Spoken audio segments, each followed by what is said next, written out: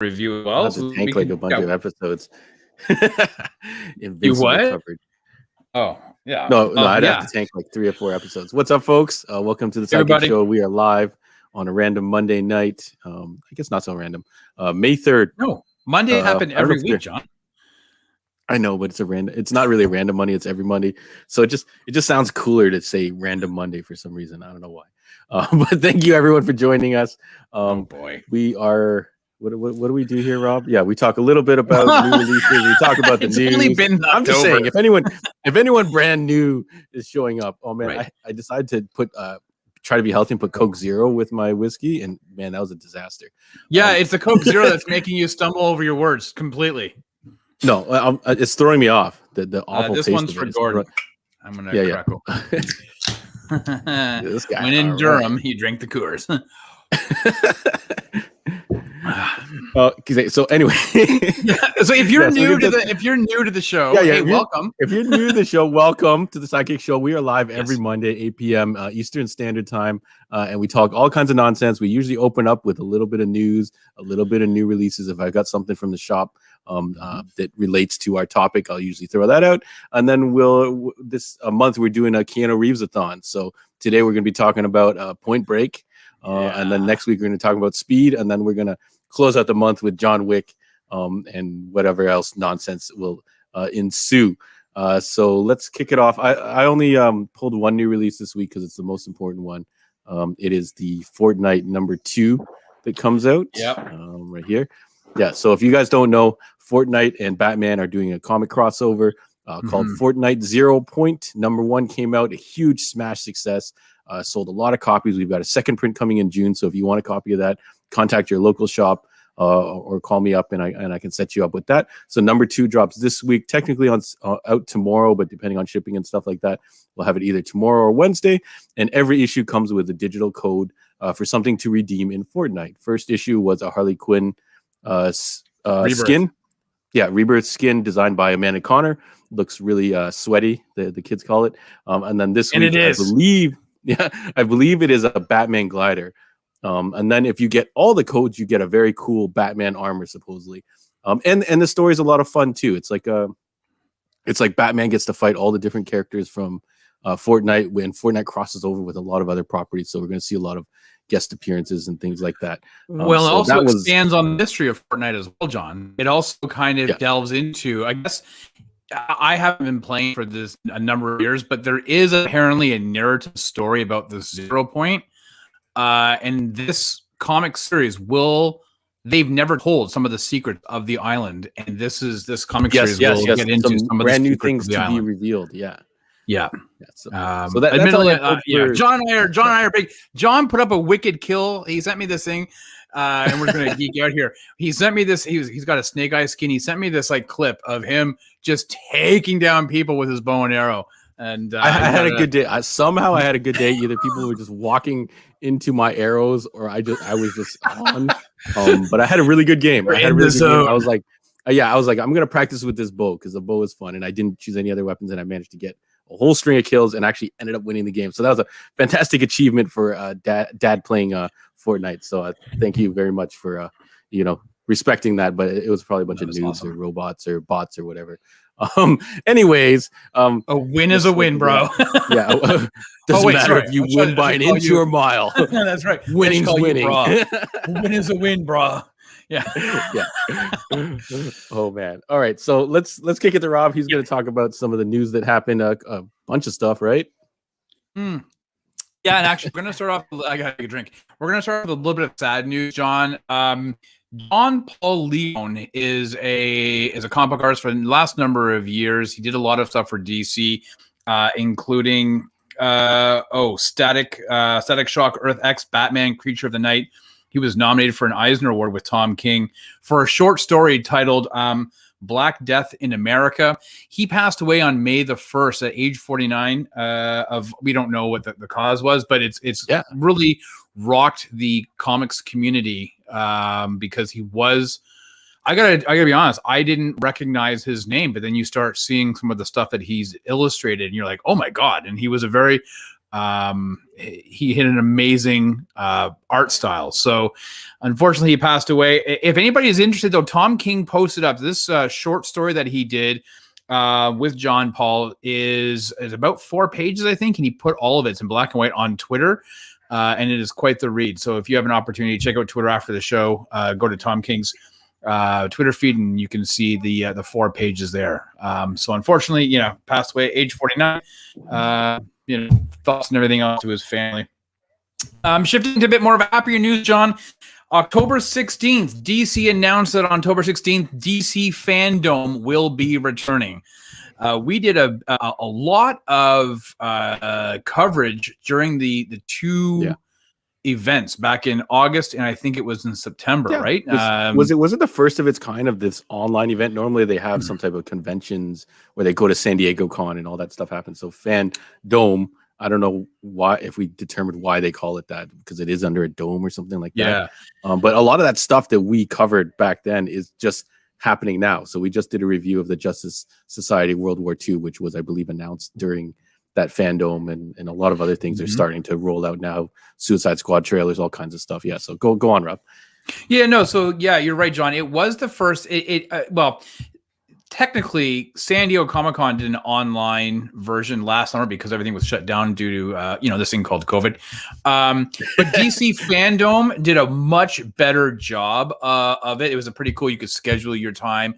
It was actually so big. It was like 2 days before the whole thing was supposed to start. They said, "Okay, we can't. We have to do it in 2 different days. So we're going to do movie properties and some TV on day 1, and then day 2 in 3 weeks will be comic stuff in the rest of our television property." So I'm not sure what they are doing and how they're going to kind of bring it together, but it'll be October the 16th of 2021. We are obviously a few months away, but I'm going to tell you right now, as it stands, I am looking for some more trailer or teaser of the Batman. That's where we got the first teaser of the Batman with Matt Reeves. Wow, it's been that long. That. Yeah. So I'm really this is not. It was actually supposed to come out this coming fall. The Batman is now being pushed to a fall of 2022. So hopefully we get something. And as well, I'm not going to lie, I wouldn't mind a little bit of a sizzle reel of the new Flash movie that is already 2 weeks into filming. I want to see some Keaton action. I do. We started off, and we did and we did the format of the original Fandom versus they did a follow-up event that was more of like a click and see the videos. The original Fandom was basically streaming throughout the day, which I felt was it was just a format that made a lot more sense. So hopefully they go along that route. Sorry, I'm pretty excited. So we're going to move on. We started off the show, and I'm not sure if we were actually live or not, but we were talking about Invincible. Well, good news is the 8th and final episode of season 1 came out last week on Prime. And on Friday, Robert Kirkman made the announcement that Invincible has been renewed for seasons 2 and 3. So this is pretty big. I was kind of expecting season 2 would already have been in the works. I was a little bit surprised that they also announced the season 3. Now, John, you haven't finished season 1 yet, have you? No. Okay. I'm like three episodes behind. I think I watched the Titan episode, so I might actually be 4 episodes. How many episodes total? 8. 8. They released so for 3. I might be halfway. I might be at the halfway point, which was a hell of a friggin' episode to end off on. That was crazy. Lots of blood. Lots of action. Well, I would highly suggest, if you have been kind of waiting, or if you thought the middle part was a little bit slow, the last 2 episodes. No, I've been enjoying it. I just haven't had time. Are amazing. Yeah, so I was pretty happy about it. I'm sure we'll be discussing Invincible in the near future, but that was good news. A couple of first looks were released, one officially and one unofficially. So earlier last week, the CW released a photo for Naomi. This is like a new property that Brian Michael Bendis had created when he first came over to DC. Ava DuVernay is producing, and she might be directing the pilot. I could be wrong about that, but I know she's producing this live action show for the CW, and they released a photo of the actress. What is her name? Casey Wallfall. Do you have the photo of her as Naomi? Yes. I mean, they recreated that cover from the comics. So that looks pretty cool. So people are pretty hyped and excited about that, literally recreating that cover. And then there were some behind the scenes photos that were released, I guess, through Just Jared, who is a I don't know what you would call them, like as a spoiler site or whatever. Anyways, he released some behind the scenes photos of Miss Marvel that is currently filming, starring Markham's own Iman Vellani. Now, this is what her costume looks like relatively in the comics, and this is what the behind the scenes shot, the street shots that she looked like in her costume. Anytime now, John. Just flip the page. I was like, is he just gonna automatically assume that I know that that's my cue? Yeah, I'll give him a second. I knew that was my cue, but I just decided to mess with Rob. Yeah, but there's the costume, and I gotta say that like it looks really. I mean, first of all, I'm a big fan of those red Converse, but it looks really comic accurate. Yeah. There she is in her outfit, and. Yeah. If you had the opportunity today, John, his brother Chris, and I, we talked about the sizzle reel that came out that Marvel released. And it talked about Captain Marvel 2, and they called it The Marvels. And the S from that costume is the S on the end of the Marvels. So obviously, Iman will be part of the Captain Marvel 2 movie, and that's November 2022 coming out. So this is pretty exciting. We're probably going to be getting that show. It looks good, and that is a random off camera, just a spy shot. So the fact that the costume already looks good in that type of shot, and then it's going to go through the whole Hollywood or TV filter and stuff like that. So it looks really good, and that's 100% source material. Like you can't get any close. I don't know how you could get any closer than that to reproducing that comic costume like that. That's amazing. No, I feel like Marvel / Disney, when it has come to their television properties so far in these last 3 shows, or the last 2, and then obviously looking at this one, they're really sticking to comic accurate costume. So I gotta admit, I'm kind of excited to see what they do with Moon Knight. But lastly, moving on, I'm just gonna tie it up. If you need more news, if you want more news, you can check out So What Did I Miss? Or What I Miss with John, Chris, Pat, and myself. Every Friday we discuss the news of the week, things that we may not have discussed today. Last week we talked about that He-Man is no more, as well as Guy Gardner being cast in HBO's Green Lantern show. He is not no more, but the actor playing him is no longer attached. Doesn't matter. That's what we call a tease, John. He-Man no more. So you are to definitely go check out the Heroes World YouTube page and check out what did I miss for more news and views on that. Yes, and you can also behold Rob wolfing down a full McDonald's combo within 5 minutes and burping like I'm pretty sure on screen at least 2 times burping from wolfing that meal down.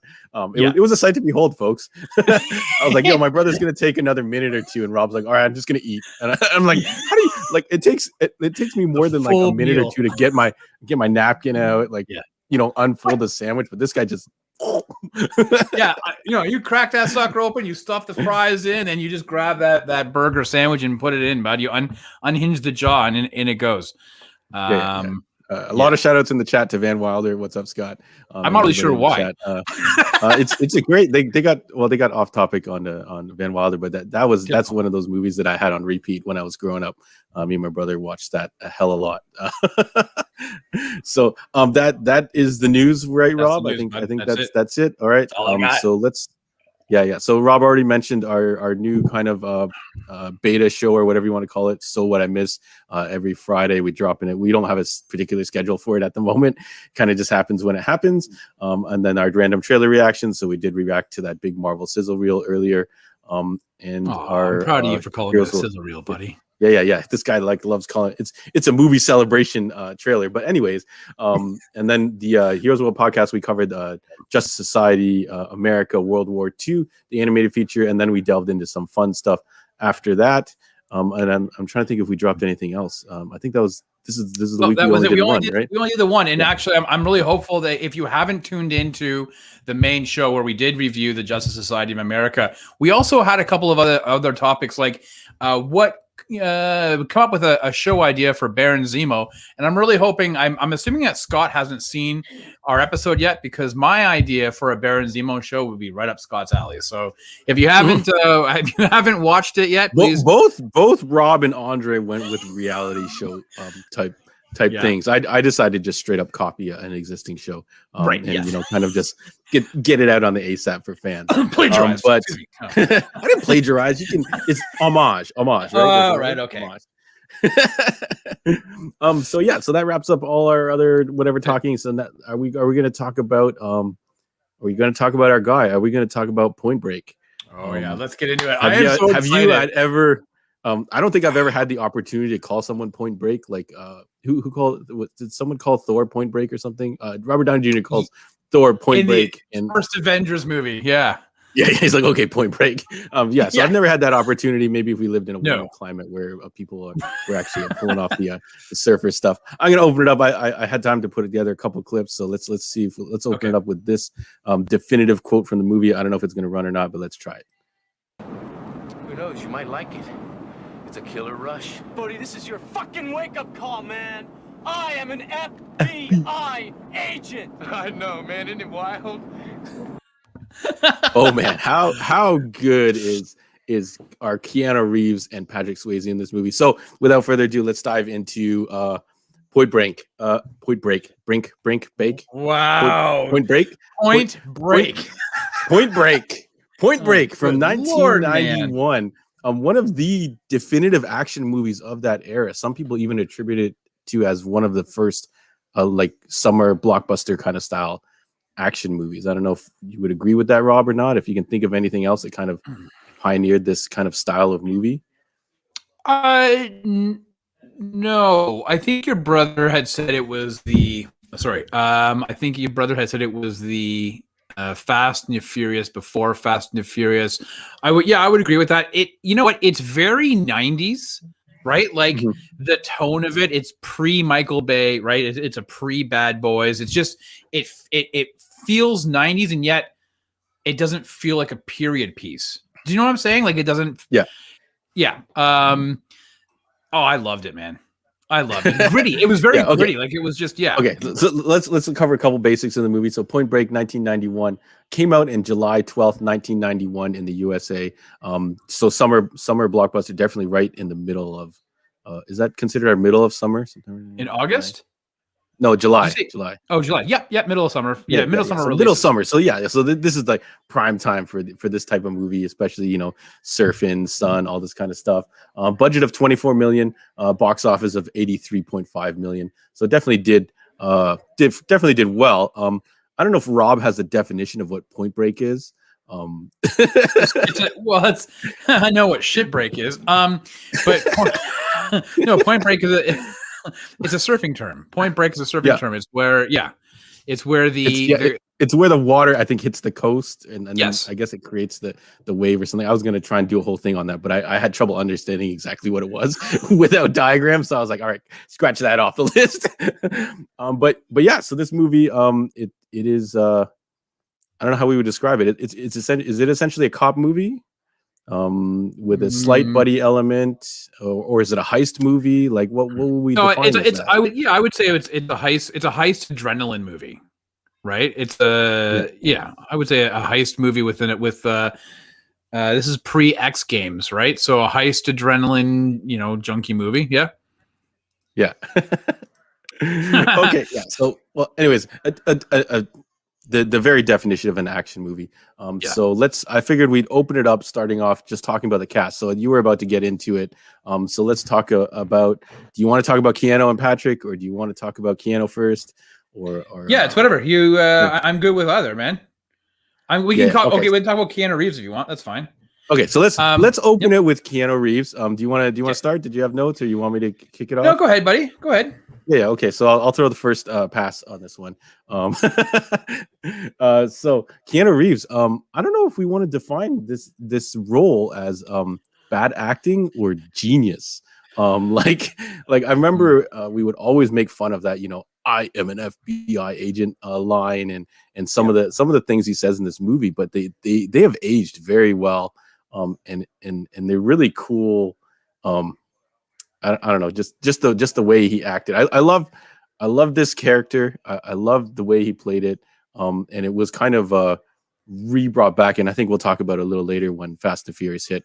Paul Walker almost kind of just taking Keanu's playbook for a lot of his early films and early career. But one thing I really like about Keanu in this movie, and definitely people get in the comments your thoughts on Keanu Reeves. Remember, we have a 10-second delay, so it'll take us a second to get to your thoughts on him. But Keanu Reeves, he gets his ass kicked this whole movie, I think.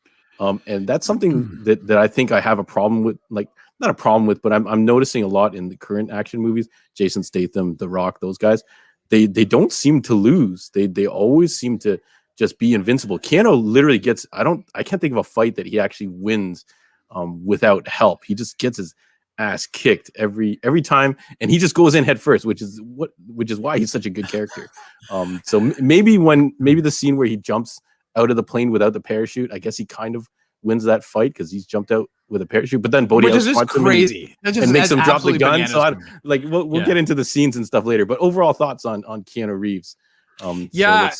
I was actually quickly looking up. So I did a bit of a special features dive after watching the movie. And let me just preface by saying I have watched this movie countless times. Like I can't say it's a top 10 movie. I have a bucket of movies that I can go back to at any point, and I love it. Right. So I did a special features dive, and Keanu Reeves was not like the first choice for this. And in fact, the director Kathryn Bigelow had to fight the studio to hire him. His biggest female director, right? Right, yeah, his biggest movie. Married to James Cameron at one point. She was, she was married, and he actually produced this, right? He produced Point Break. Was Bill and Ted's Excellent Adventure. Like, I mean, and he had done some TV series spots and a couple of TV movies in Canada, but his biggest right before that was Bill and Ted's Excellent Adventure. And Parenthood. He also played in Parenthood. So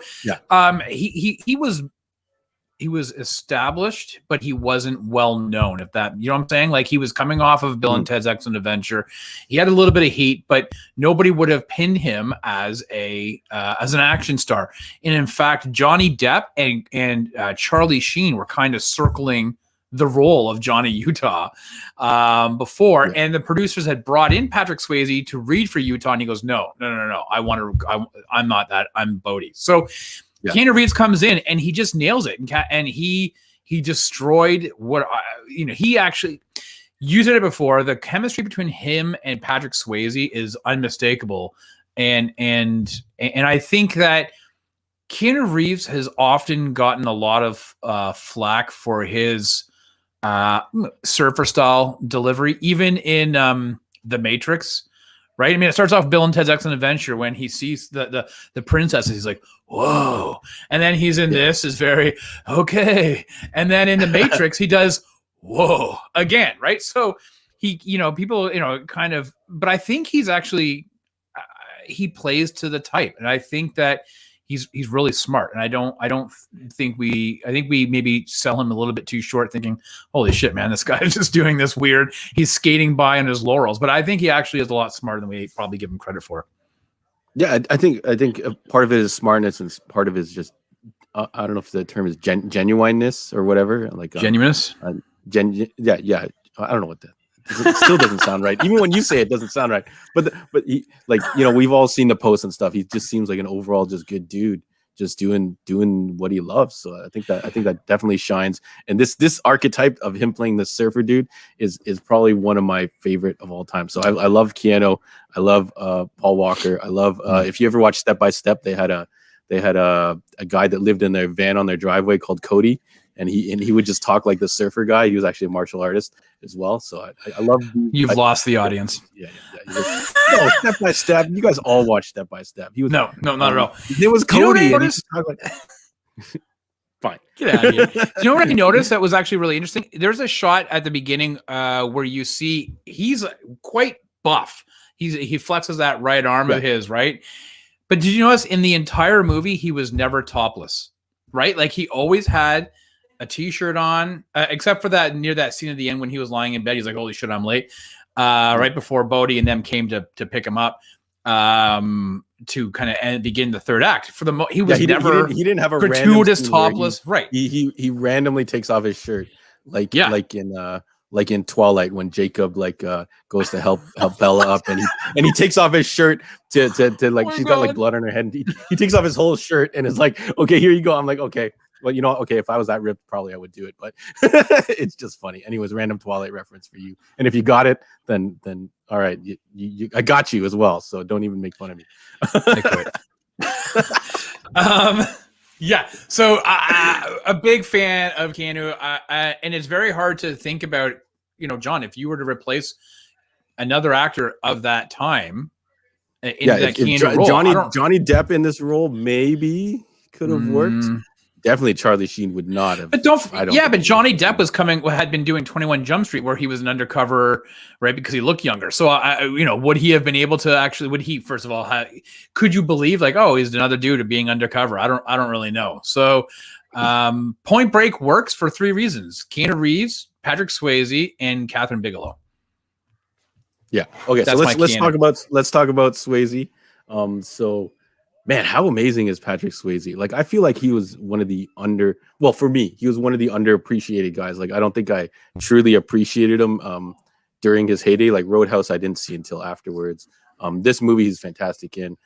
Dirty Dancing, phenomenal in Dirty Dancing, and then he had a whole bunch of projects after that. But he was almost the Tom Cruise of the 90s, I want to say, like doing his own stunts and basically destroying his body for this. Like, I think for this movie, he did all that skydiving like legit. Like he's got like I don't remember where I read some factoid. He had like 55 something jumps total, and he I don't know if he was just going up in the plane and using whoever produced this movie's dime to go on more jumps. But yeah, the guy's crazy. And then in Dirty Dancing, he's like destroying his legs, like he's like jumping off stages and going crazy. Like if you ever watch the Movies That Made Us or whatever, his body was getting destroyed during this era. And then even like Roadhouse, like, man, how cool is Roadhouse? But you know, we've already talked about Roadhouse before. What are your thoughts on Patrick Swayze? Yeah, so he is a classically trained dancer, first off, and he's just naturally athletic in his abilities. He had just come off of Ghost when he went into this. Like Ghost had that hype, and his next movie Ghost. He killed Ghost too. I think all the movies he steals the show. Yeah, and he comes into this. Like this was a huge get, right? For somebody coming off of that amount of hype with Ghost to get into Point Break.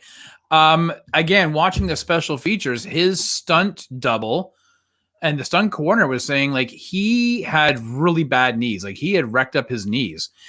And in a lot of the scenes that we saw, at the end, his knees were ballooning out, right? And he would go every night and he would have them drained of fluid because they were just so swelled up. And the next day he'd be back and giving it like what the stunt guy said, his all. He was 110% out there running, doing all this stuff, all the stunts. And then at night they would drain his knee of all this fluid. So, I mean, this guy, it kind of sucks. I mean, I think Scott put in there earlier in the comment, but he passed away a number of years ago of pancreatic cancer. I think we were all really lucky to have been able to kind of watch this body of work for this, what is a relatively short period of time. I mean, my first introduction to Patrick Swayze was probably Red Dawn, 84, I think, or 85. So, and then to see him go through everything that he had gone through, and listen, there's that famous SNL skit, the Chippendale skit with Chris Farley, right? I mean, like, like you go through all of these things and then to think that you've got Patrick Swayze coming off a couple of the biggest movies of that era, and he's in Point Break, and you're like, what? And he plays this Zen dude, right? Who just bucks the system. And there are moments when he's wearing that Reagan mask and the camera zooms up on his eyes, and his delivery of his body language and of a line, but given through his eyes, is absolutely captivating. Like you look at that, you can see him telling the story just through the eyes of the mask. So absolutely phenomenal. Yeah. I think at the time he passed away, he was doing a show called The Beast, which he was like kind of like one of those kind of breaks the rules type cops or whatever. And the show was actually pretty cool. And then he passed away, so that unfortunately that thing ended. But yeah, phenomenal body of work. Do we? Let's go take a swig. I was gonna say, who is your favorite? Like, I don't know if we want to go through the entire supporting cast. Like, I guess we should probably talk a little bit about Gary Busey. Always like to mix up with Nick Nolte. Gary Busey. You sent me a text the other day, and you're like, I did it on purpose as a joke because I did it for Lethal Weapon. I was like, wow, this guy looks different now. But I don't know what it is. I think it's like the look in his eyes or something like that, or maybe they had like kind of whitish hair or something like that. But yeah, this character was a lot of fun. They definitely worked. Him and Keanu worked well together. The whole, the meatball sandwich thing was friggin' hilarious. He's like, "Yo, give me one." He's like, "No, give me two, Utah."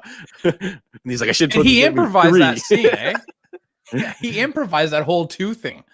Yeah, that was all improvised. And actually, Gary Busey had suffered a pretty horrendous. Is it a motorcycle accident or was it a car accident? So. Anyways, I remember reading his that. Head was like crushed. Like, many people would say he probably wasn't the same afterwards. And many people now, I mean, Gary Busey's known for being kind of out there, right? With some of he's very. Yeah, I remember him in Entourage. He right. I guess he was playing himself, which was like a really just out there dude, but it was hilarious what he did in Entourage. But he was cool. He brought a really good comedic part to this movie, which, if you think about it, there's really not any comedy in this movie, right? Like, there is no there's unintentional comedy, I think, right? But there wasn't like the Marvel movies now where like people kind of get in all these like one-liners and stuff like that. That wasn't there that I really noticed. So other than Gary Busey, I don't know if you have any other favorites from the cast. So we'll call it non-main cast. Like my favorite is definitely John C. McGinley as the stereotypical chief, young, dumb, full of cum lines, all that stuff.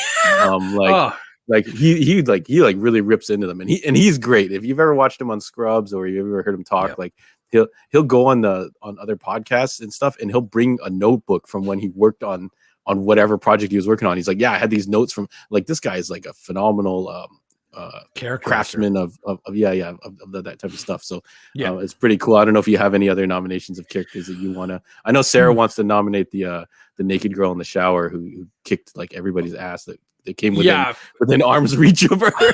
I got it. Like, I mean, just that. I mean, could you imagine? Like, I don't know. There you go. There she is. I knew she was good. A bizarre scene. This girl jumps out. He's like, "It's okay. I'm here to rescue you." And she's like, she starts beating him and stuff like that. Yeah, she kicks his ass, and I think who else is that? I think she kicks another cop's ass, and then she finally gets like brained in the head with like a phone. I forgot what how she gets taken out. But I want to say actually Lori Petty. Now, Lori Petty, is not or has not ever really been considered the girlfriend character actor. Do you know what I'm saying? Bombshell type, right? Right. Yeah. And you were also, let's not forget, this is taking place in Los Angeles, and in the 90s, LA women were mostly blonde, buxom type of people. That's who they always kind of showcased. And the producers easily could have gone that route with picking somebody like that. And instead they played against type because she had really good chemistry with Keanu Reeves.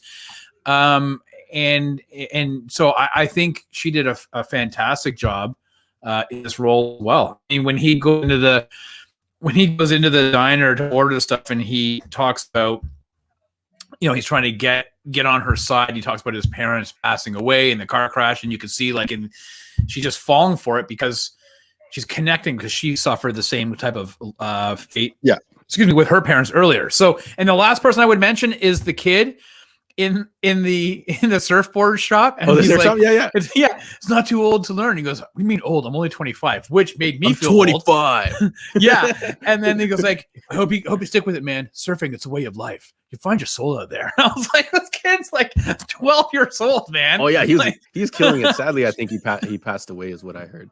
But way to be a dad. Yeah. Sarah mentions that Petty is in Orange Is the New Black. Right. Which Yes. I guess she liked her in, but not really, but didn't like her in Point Break. I'm not sure. But yeah, so that's our relative cast, and I'm sure we're gonna talk about some of the other guys that appear. But I feel like those are the major players. And let's start. Do you want to start talking about well, do you think this movie could have worked if you removed Keanu or Swayze, or if you had to remove one of the two, who would you take out? I think like if you were forced, if the studio was like, yo, we can only afford one, Reeves or Swayze, do you think this movie could still happen if you switched one of them? I think the Keanu character, I guess, would be the only one that I would switch, because without Bodhi, you don't really have like the entire movie, I think, falls apart. If someone that charismatic that can pull off, like you said, the Zen mentality and stuff like that. Obviously, we don't want to ever do that, but I'm just saying, if you had to remove one of these guys from this movie, would it be possible? Like, Gordon's already like, stop.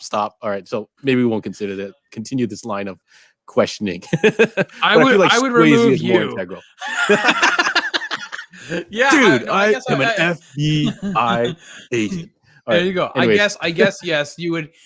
If you had to gun to head, yeah, I guess the Keanu role, because I don't think who else could have portrayed Bodhi. But I wasn't trying to be hyperbolic about this. I really believe that this movie succeeds because of those three individuals: Keanu Reeves, Patrick Swayze, and Kathryn Bigelow, who had only directed one movie before this, right? I mean, and yeah, dude, a lot of this movie really stands up to today's standards. The camera, the like the running, like she's doing stuff that kind of started to get like researched later on, and they started using GoPros and all this kind of fancy stuff to achieve the same shots. Well, but you have to think about it, and I know it's hard to kind of like wrap our mind around it, but having a female director in the 90s was generally kind of unheard of. Like, you would have the occasional, but then to have a female director directing a testosterone fueled action movie, potentially really the originator of the action, like one of the early originators of this action, the modern action, I guess not action, but the modern action movie, because I feel like this does definitely stand up to today's standards. So let's start talking, I guess, about favorite scenes. So everyone in the comments, start throwing out your favorite scenes so we can start talking about them.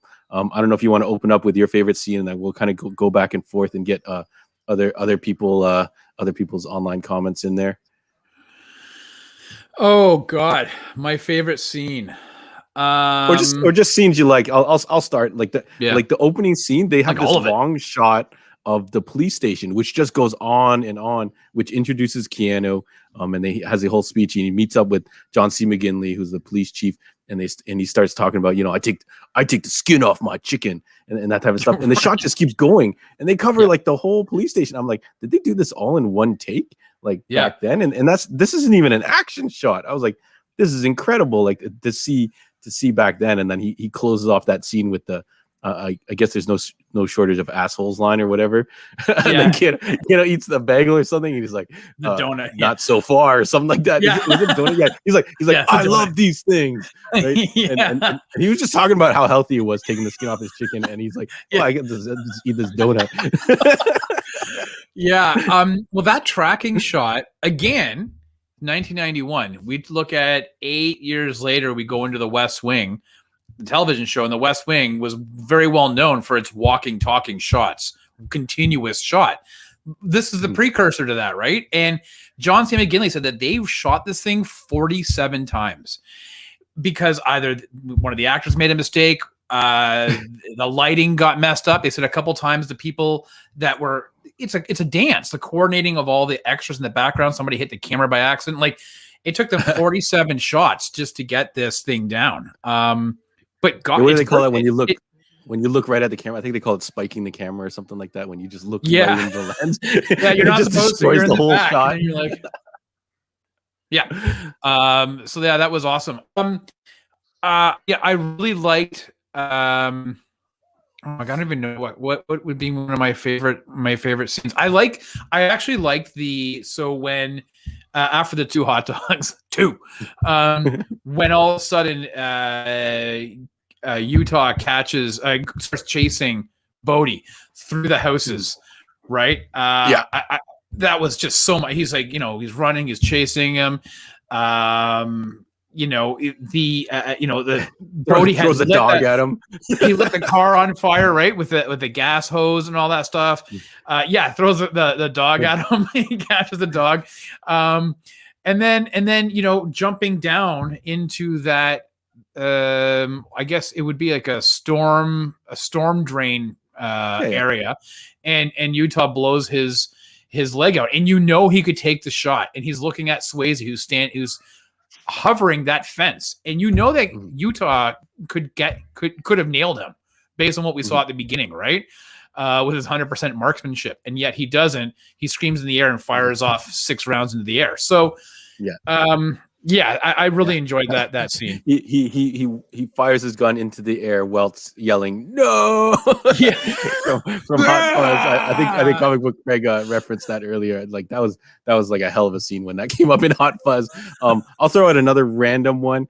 It's the scene between Keanu and Gary Busey at the beginning when Keanu is like trying to piss him off. He's like, what about how come you haven't solved this case? You're off your blah blah blah blah blah blah. Yeah. And then Gary loses it, and then Keanu's like, "You're mad, right?" And he's like, "Yeah." He's like, "Feels good, doesn't it, to be alive?" And I'm like, this is a ridiculous exchange, but it's just so good. And I don't know if back then, if we thought it was good back then. I think this is the genius of Keanu Reeves. But now you look at it and you're like, wow, this is like just brilliant. So let's dive into the comments and start getting into some of everybody else's favorite scenes, because we've left a lot of the scenes on the table for you guys to bring up. Scott Graziano says Utah getting the food and realizing they're missing the whole robbery. So Utah is getting the food, number one. And Pappas is reading, and Gary is like he's reading comics in the newspaper, and the whole robbery's going down. Like we can agree that they're terrible cops, like overall cops, right? Like it's pretty like, and I think Keanu even looks over, sees the thing, and then he's like, when that Buick get here or whatever, and then all the guys go running out. Hey Pappas, when did that Buick get here? And he's like, huh? And he's like, oh. And that was done brilliantly. The car pulls up, all the guys run out, and you're like, is he going to turn around? Is he going to turn around? And he doesn't turn around. So that was a great scene. And then Fraser brings up the skydiving, jumping with no chute, which is like an awesome scene. I think this is, I don't know if you would call it Keanu Reeves winning the scene though, because he has to drop the gun and give Swayze back the power as they're falling. But like, holy crap, like he jumps not having a chute at all and just hopes that this is his second skydive and he figures that he can catch these guys. Yeah, I know. I the fact that like I would have been like terrified. Yeah, he's like, oh, fuck it, and he jumps out and he goes into a perfect dive. He goes into what we refer to, John, as a Fortnite dive. He's right down perfect form. Did it and they proved that you can actually catch up to someone like that. Oh yeah, sure you can. Yeah. Grabbing onto him, but that was the shot where you see Swayze. He tosses the gun, he puts his goggles on, and he jumps out. It's himself. Now, obviously, they mix this scene in where you can tell that they're in like a wind machine, and the camera's pointed up. Yeah. Because you can't actually speak. from cranes or something like that. Yeah. So but you know what? It's a movie. If it was complete silence or just air whooshing by, I think it would not be as entertaining a movie as we would hope. Sarah asked if when you fire the bullets into the air, when they come back down, do they hurt someone? I have no clue. Yes, they would. Yes. Yeah. Yes. Okay. So Professor Rob says yes. Yes, of course. I don't know why Sarah needs this information. First of all, I'll just leave it at that. She's like, "What happened when I did this? It was the dog that got thrown? Should I be watching?" Yeah. A great scene. Also, even the beginning, the opening shot of the ex-presidents robbing that bank, right? Yeah. Like. You see the guy who plays Nixon, and he goes, "I am not a crook," like that. Yeah. Good imitation. Yeah. Gordon shouts out. I guess we're gonna talk about quotes later on, but like a virgin on prom night, they vanish. And I was like, yo, Rob, did you see that they stole a chapter from your book in this movie? And he's like, no. And then he messaged me after. He's like, oh, I see it. Yeah. So, is this where your version of on prom night originated from? Do you think? No, I don't think so. I think I probably nicked it from somewhere else. But it was really funny. I didn't realize when watching this, and again, I've watched this 1,000 times, but watching it again the other day, I sent you this clip where they were talking about where Utah is telling Pappas, he's like, I followed Bodie all day long. He went to the gym. He went to Patrick's Roadhouse. And I was like, I was nice laughing. Like, yeah, it was like a little Easter egg. I was like, man, that for whatever reason, that little Easter egg, I was like, I got respect for that. A lot of people are like, this is the continuity that Bodie becomes Dalton from Roadhouse or vice versa. Right. So I can't Jonathan be vice versa because I'm pretty sure he dies surfing. No, he doesn't. He can surf. Yeah. He can surf his way out of that situation. No. Jonathan Yo mentions the scene where it's Keanu Reeves versus the Red Hot Chili Peppers, right? That was the Red Hot Chili Peppers, right? Well, no, that's a band, but it was Anthony. I was like, yo, he's fighting the Red Hot Chili Peppers. Yeah, no, it was just one. It was Anthony Kiedis, you dummy. Which, if you think about it, his dad, I told you this before when we did the Lethal Weapon, his dad was one of the bad guys in the tree farm Lethal Weapon. So they both have their moment, their little action scene moment that lasted about the same amount of time. Although he did the secondary scene in the house. Yeah. When he shot himself in the foot. Yeah. I was like, yo, they did that guy kind of dirty, unless he wanted to do that for comedic purposes or whatever. But I guess he can show up in the sequel if it ever happened, and we'll talk about that later. I thought that was a great scene, yeah, where he's confronted by those the goon squad that they think is doing the crimes but doesn't end up doing the crimes. And like I said, he gets his ass kicked until Bodie shows up and kung fu's their asses. War Child. Pretty cool. Back off, War Child. I was like, who calls her? Like, what a name to call yourself, War Child. Like, right off the bat, you know it, guys. Like, if any of our female viewers are watching or listening later on, if all of a sudden you meet a guy and you're like, hey, man, you're really kind of cute. What's your name? And he's like, War Child. You know what? It's very nice to meet you. I think I'm going to leave. You probably don't want to bring home somebody whose name is War Child to say, Mom, Dad, this is my new boyfriend. Yeah. We call him War Child. Well, he had like their rap sheet was pretty extensive, so I don't think they were getting right. They're definitely leaning into the bad boy image. When they were driving on the highway, like, did nobody call the cops after them? And then when they pulled up to the house, the car bounces over the curb and the two guys almost fly out. Did you notice that? No, I didn't see that. But it was quite funny. Yeah. Sorry, Steve Sentaku Select mentions which line is this? What I got to get to put in the it's a Red Hot Chili Peppers okay. song. All right. I do enjoy some Red Hot Chili Peppers, but I don't recognize the lyric. It's Give It Away. Oh, Give It Away. I do quite enjoy Give It Away. So let's see what else did we do? Was there anything that wasn't mentioned? Stop it. The guy who plays War Child, though, he was from Cyborg. For whatever reason, when I was watching, he was the big bad guy. Man, that's a dummy from Cyborg. Yeah. Okay, yeah. The football scene. Did you like the football scene? I liked every scene. Yeah. So Johnny Utah, I guess, it flexes his football skills. Apparently this jersey exists. You can buy a Johnny Utah jersey over in wherever he was from. I don't know. Ohio Buckeyes. Yeah, Ohio. So this is really fun. I remember growing up when I was watching this. So 91 would have been like 15. And I was thinking to myself, how do these people know that this guy played college football? And it wasn't until I was a little bit older. Like, college football is huge in the US.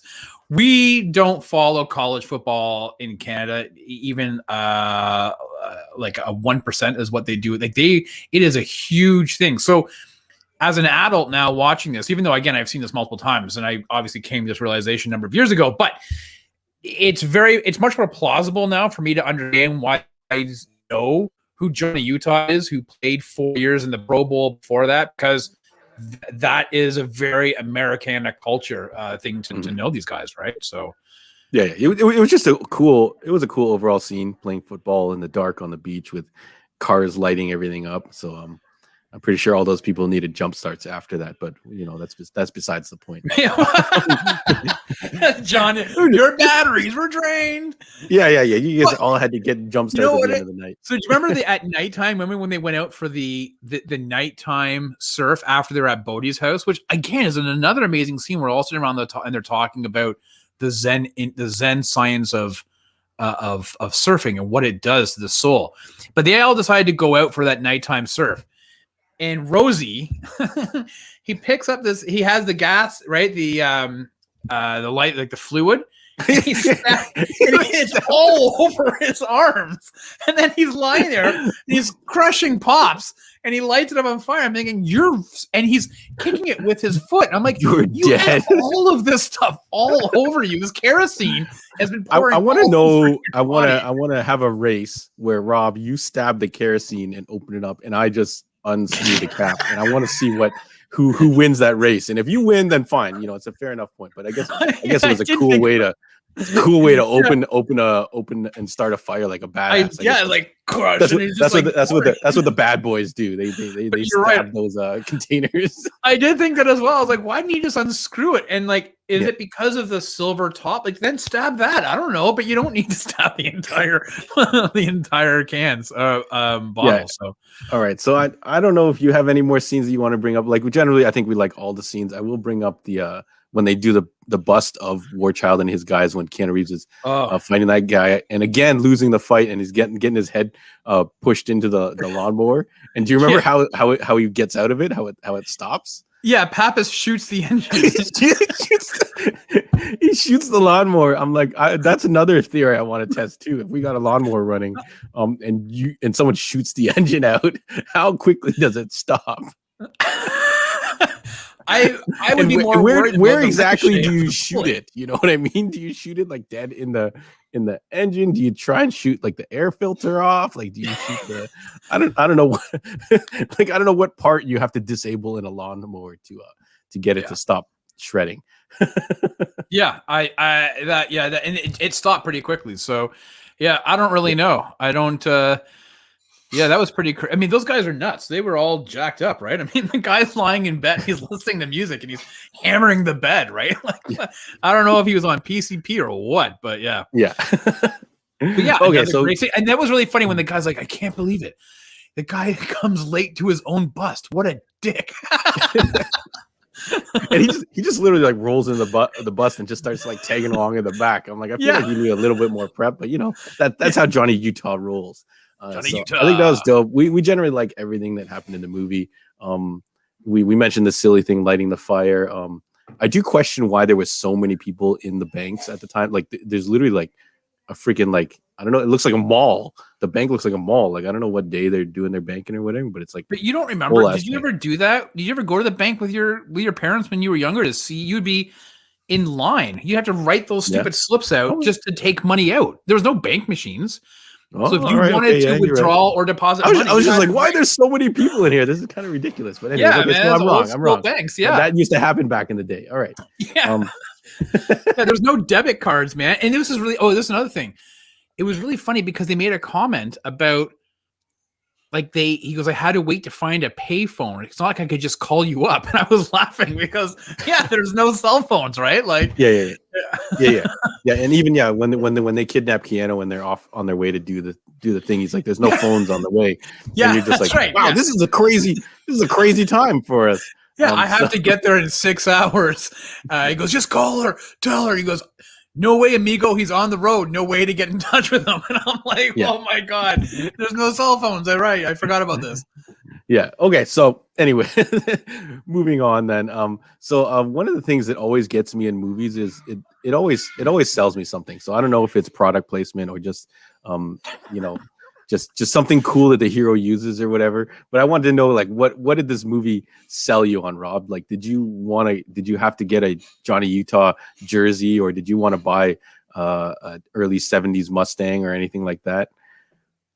No, okay. So truth be told, actually didn't know that there was a Johnny Utah jersey out there. I'm not a jersey guy, Yeah. so I wouldn't buy it.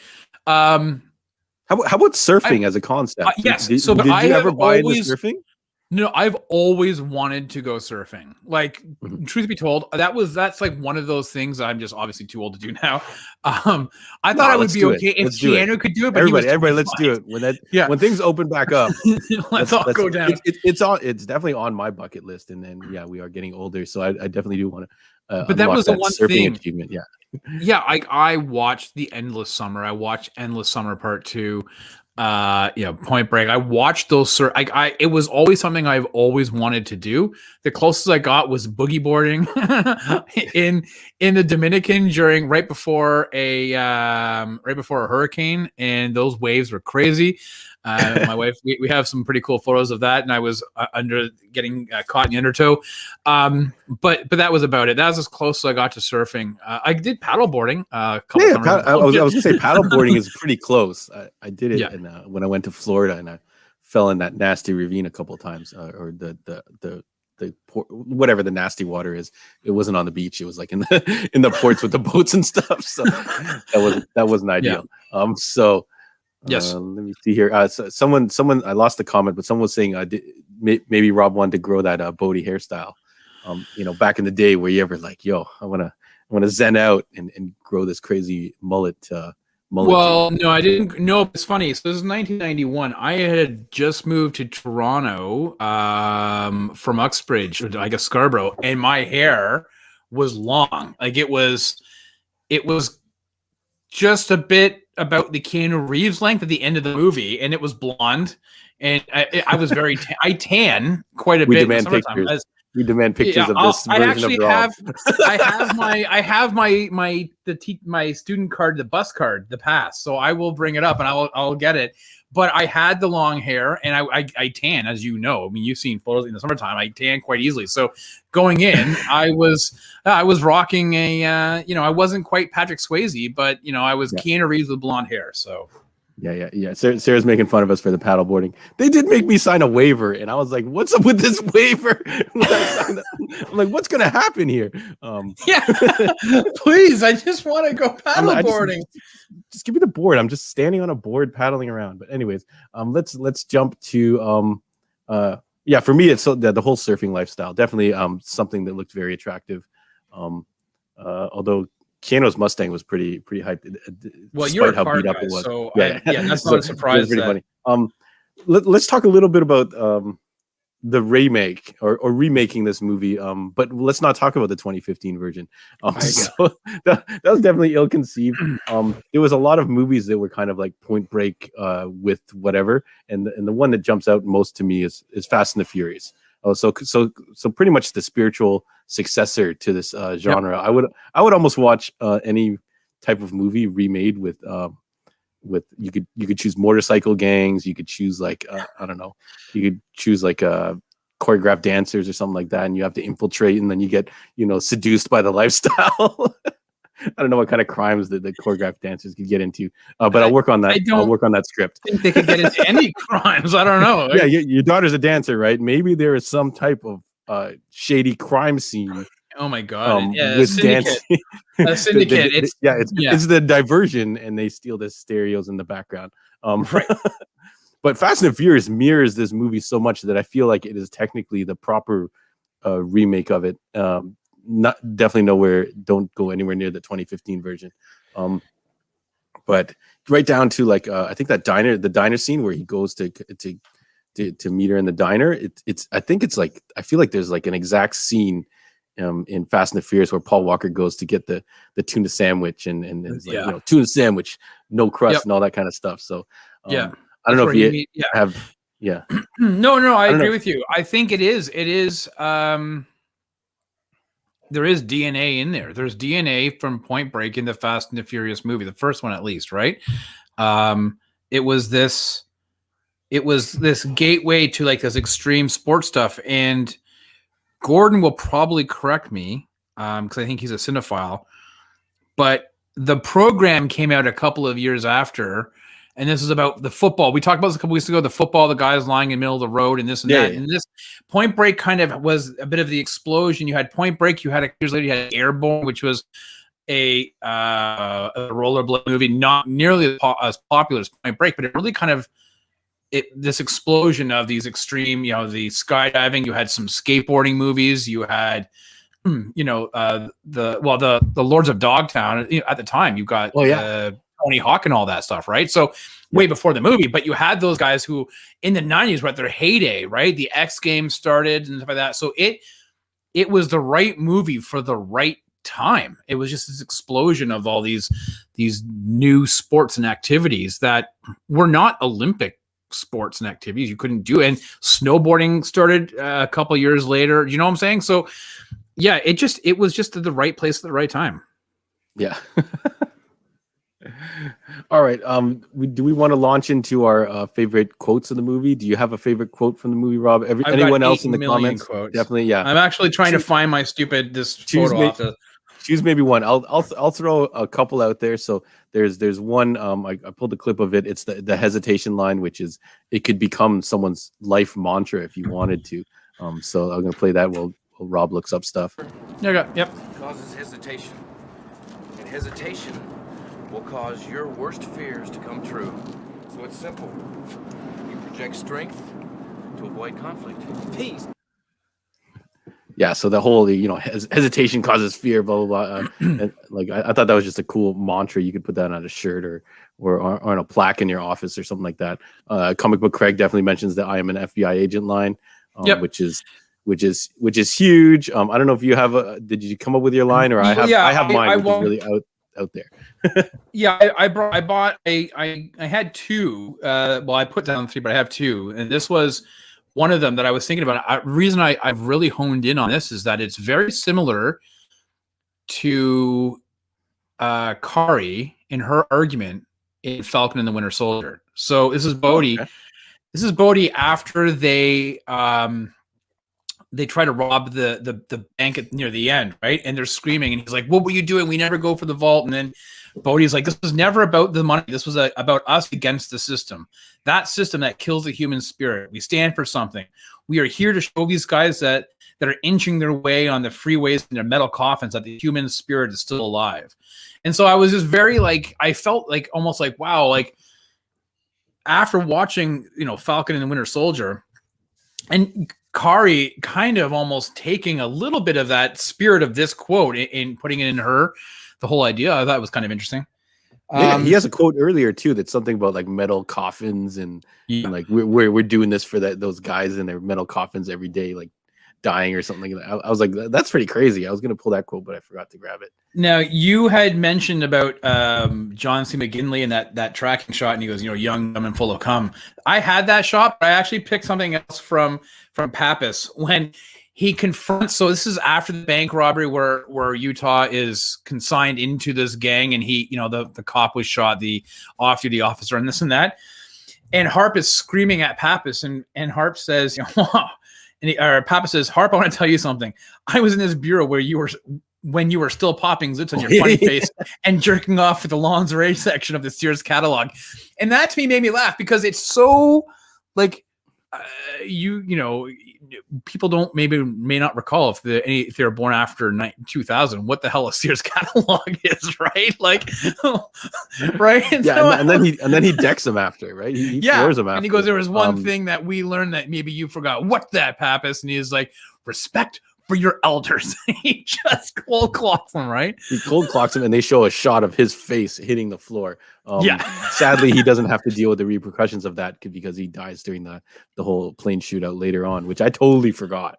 Forgot that character. For some reason, I thought I thought that Utah finds him on a stretcher later. He's like, "Go get him, kid." I completely forgot that he died. I was like, what? Yeah. All right. Gordon's making fun of you back in 1991. Okay. So my favorite line. Distributing catalog, Gordon.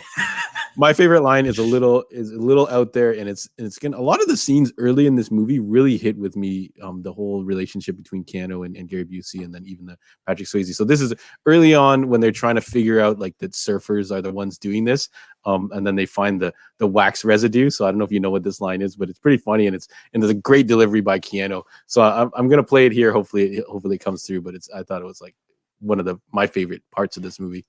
Wax, car wax, mustache wax. Could be anything. Guy's waxing his mustache at the beach. Gets sand in it. Takes it off with a shoe. Shoe scuffs the counter. Oh, would you just shut up a minute? Just listen. Like Keanu just does such a perfect job with it. Gets wax on his mustache and then wipes it off on his shoe scuffs the counter. And you're just like, and then he just like cracks up at the end. So I don't know if anyone else had like, any other lines that you want to throw out there, but I think we pretty much covered most of the well, I love seeing Pappas at the end of that when he's like, sex wax. He goes, "You're not in some kinky shit, are you, Angela?" And he's like, "Not yet." But to see Gary Busey jump up onto that desk, and he's like, that was pretty. That was pretty good. That was a pretty good shot. I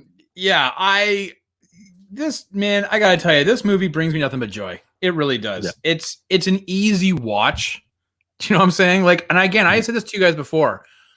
I judge my movies and my attention to these things now based on whether or not I'm grabbing my phone looking at stuff. Do you know, like if I start to get a little bit bored and I get distracted, I'll start grabbing my phone or whatever. I never did that with this movie. And this is, I've seen it countless times, and yet I'm entertained to the nth degree watching it. It's not a perfect movie, but it is as easy and as fun as you could possibly ask for, right?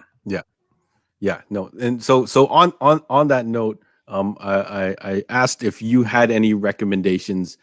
So like if people watched this movie, enjoyed it, if you had any recommendations of a follow-up that either captures a part of this or has a similar storyline. I don't know if you had anything. I've got a couple suggestions. I can go ahead. Yeah. So my first suggestion is Animal Kingdom. If you guys have ever watched this show, it was on the USA Network, and it's about a bunch of like a family of basically they're thieves that are like surfers, and they have like a mother that kind of like runs the gang, and then one of their I guess the nephews or whatever, his mother kind of passes away, and he ends up joining their fray, and he's almost kind of like the outsider, but they're still pulling heists and all that kind of stuff. So there's a lot of high stakes stuff in there. So if it's almost like Point Break mixed with Sons of Anarchy mixed with like a heist movie. So if you want to enjoy something like that, and it's got like that whole surfer life, like they're out like having crazy times. They're driving around in the Jeeps with no tops and stuff like that. So I just sent you a text message. Who, me? With a photo. I can't think of anything to be honest with you right off the top of my head, because I think you sent this to me in a text saying, "Hey, this is what we're gonna do." Am I allowed to show this?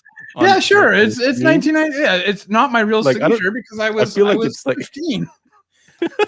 I feel like I don't want to show the Here, you know what? Here, I feel like I almost want to black it out. I'll edit. No. I'll edit the photo. I can't think of it. Listen, if I'm gonna go modern day cop TV show, so good. Oh man, it should be your avatar right now. Here, hang on. I'll just send you a photo of the. Yeah. So shout out to Gordon who says, "Yeah, is that what Animal Kingdom?" Yeah, I think this is one of those shows that suffers from a bad name. But it has nothing. Everyone's like, is it about zoo? I'm like, go watch Animal Kingdom. Go watch Animal Kingdom. It's like, I don't care about zoo animals. I don't care about National Geographic. But it is literally like this crazy show about this family that lives by basically performing crimes, which are heists and robberies and like all kind of like scamming and all that kind of stuff. So it's really cool storyline where this young kid Jake joins into that fray, and he's got to decide if he wants to, this is the family business, or if he wants to be a good guy or whatever, and all kinds of craziness happens. So definitely if you want to you can That photo has been sent to you now, John. Or I can just, I guess, show it on my. Here we go. Now, in looking at it, I think I'm more like the guy from the surf shop. You're like that kid. Yo, surfing his life, man. What a great shot. That's a great shot. You definitely could have been an extra on this movie. Yeah. And then, yeah, I guess so. Yeah, the only, I guess, another recommendation I would have is a show called Graceland. I don't know how you would get it now, but it was about a bunch of undercover agents and all that kind of stuff, and they all ended up in this special house that used to, I guess, belong to Elvis or something. So they called it Graceland. But they were undercover cops or FBI or whatever, and they all lived under the same roof while they kind of like did their undercover gigs. So I think you'd have to buy it, unfortunately, but you can watch the trailer for that, Graceland.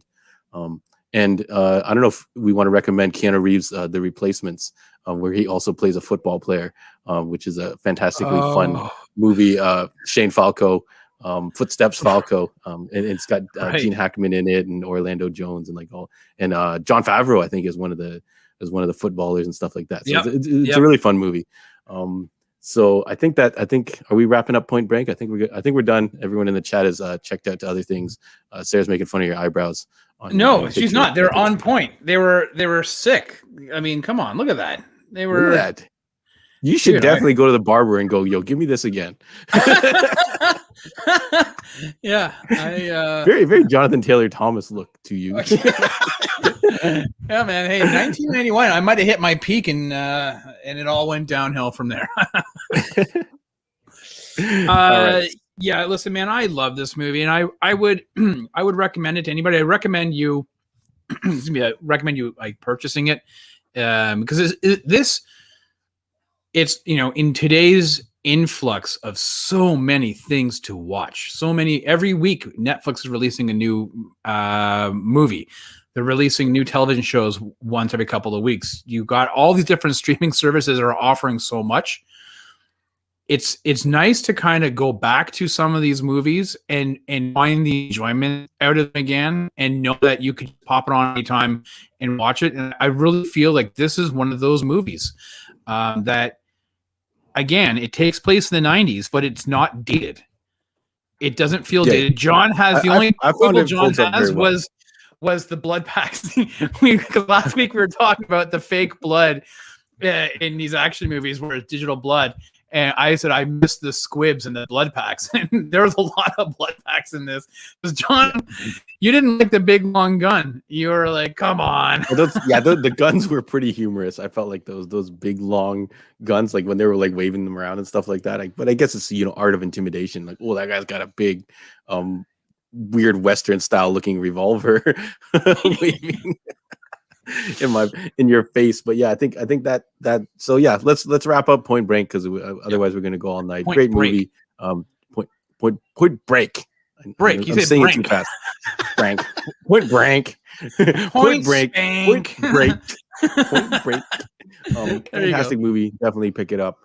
So that leads us into next week. We're going to be talking about A Walk in the Clouds with Keanu Reeves, his rom-com, about a clashing of cultures, where he plays a chocolate salesman and gets wrapped up into a whole romance. But no, we're talking about Speed. I don't know if I can reach it. Can I reach my? I actually own this one on Laserdisc. And while John's doing that, for the record, Keanu Reeves, Patrick Swayze, Bodhi does die in this movie at the very end. No, he didn't. He didn't. Yes, he does, because the quote he says is, he goes, "Avaya con Dios," which means I'm not coming back. Like, he understands that's the end. He's done. So yeah. Did you show your Speed? Yeah. I have Speed on Laserdisc. I don't know if I'm gonna. I don't know where my Laserdisc player is. I don't know if it's in my basement or my mom's place. So eBay, I don't think I'll be able to watch it. No. For what? To watch my outdated old Laserdisc? Like, get out of here. So Speed with Sandra Bullock and Keanu Reeves. So another magical chemistry. Wow, there's a lot of movies. He's just gonna him and Patrick Swayze, and the next movie is going to be him and Sandra Bullock. And Dennis Hopper, point quiz, hot shot. Yeah, pop You've quiz, got hot shot. 5 seconds to get to the bottom of it before this bomb explodes. What do you do? What do you do? Yeah. Anyway, all right, cool. All right, thank you again so much, folks, for joining us. I don't know if we have any parting words. Rob, you've got something new dropping. Is it dropping tomorrow still?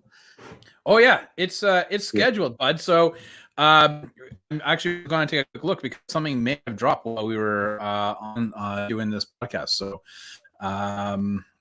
yes, there is something that's already on the YouTube channel that dropped it at 8:30. So you can find me on Instagram at _905, all spelled out as one big word. I would give you the YouTube channel link, but because I'm less than 100 subscribers, I don't get, it gives me some stupid name. So I got to get to 100 before I get a proper name for it. But you can pop find it in the the, China. Like, this is a sneak preview. what the hell? Did you do that on purpose? No, that's your opening thumbnail. That's funny. No, it's not. The opening thumbnail is this, you dummy. Okay. Here, look, we got this one. No, Look at this that's handsome not gentleman it. wearing Get out of here. wearing a Red Hot Chili Pepper shirt. That's right. You're fucking around. But anyways, yeah. So people can join me there. Hey, listen, man, it's just me doing some, kind of being goofy, and I've had to send some stuff to John and be like, "Hey, what do you think?" And he's like, "What are you doing?" So No, I like it. I'm probably gonna I'm gonna have to do a trailer reaction to Rob's video where I just yell out "nerd" during certain points. Because it's a whole bunch of of shit. It's weird, but it's me and just having fun, and it's new videos every Tuesday and Thursday. So something's up there now, and then the first video drops tomorrow. So thanks for that, John. Appreciate it. Yeah. And Cool, thanks to those who have already subscribed. I'll show 7. Rob how to add it to a tiny URL, so he does have like a URL that says the 905 or whatever. So you'll be able to share it, and it won't look like YouTube / a bunch of like random letters and numbers. No, it says I'm not allowed to until I get 100 subscribers. So yeah. But you can. I'll show you. Don't worry. But yeah, a bunch of people have subbed already, so thanks you very guys. much for subbing to Rob's new channel, and I look forward to checking out that content. Thank you everyone for tuning in and watching our antics. Thank you for rewatching Point Break. Fantastic movie. So I can't wait to rewatch Speed, and I can't wait to dive into John Wick craziness next week. So without further ado, I think that's it.